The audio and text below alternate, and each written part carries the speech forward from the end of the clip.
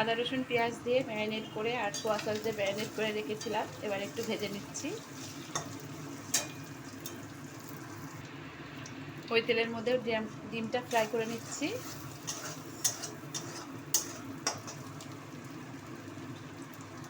গাজর দিয়ে দিয়েছি, গোটা গরম মশলাগুলো দিয়ে দিলাম, পেঁয়াজগুলো দিয়ে দিলাম, আদা কুচি দিয়ে দিলাম, রসুন কুচি, কাজু কিশমিশ দিয়ে দিলাম, দিয়ে আমি এবার ভাজবো। একসাথে দিয়ে আমি একবারই ভাজবো। রসুন আদা লঙ্কা বাটা দিয়ে দিলাম। এবার আমি ভাতগুলো দিয়ে দেব।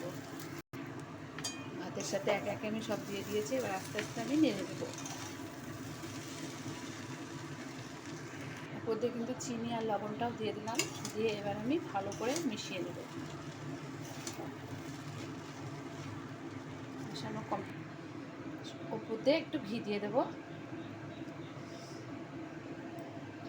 ঘরে থাকা সামান্য জিনিস দিয়ে আমি একটা সুস্বাদু খাবার তৈরি করে ফেললাম। যদি ভিডিওটা ভালো লেগে থাকে লাইক করে দেবেন বেশি বেশি করে। এবার এটা টেস্ট করার পালা, কেমন হয়েছে দেখার জন্য।